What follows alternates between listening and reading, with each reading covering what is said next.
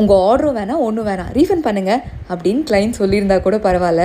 ஆனால் இப்படி சொல்லுவாங்க நான் எதிர்பார்க்கவே இல்லை. திரும்ப என்னுடைய பிக் நோவை என் கஸ்டமருக்காக பிரேக் பண்ணிகிட்டே இருக்கேன்.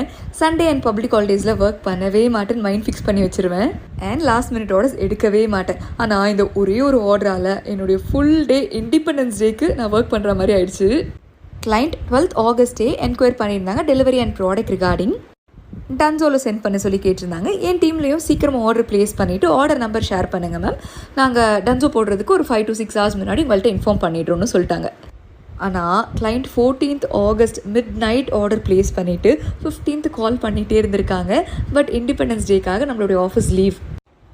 இன்ஸ்டாலையும் எனக்கு மெசேஜ் அண்ட் கால்ஸ் வந்துகிட்டே இருந்துச்சு. அம்மா என்னை பார்க்குறதுக்காக யூகே வராங்க, 16th ஏர்லி மார்னிங் அவங்களுக்கு ஃப்ளைட்டு.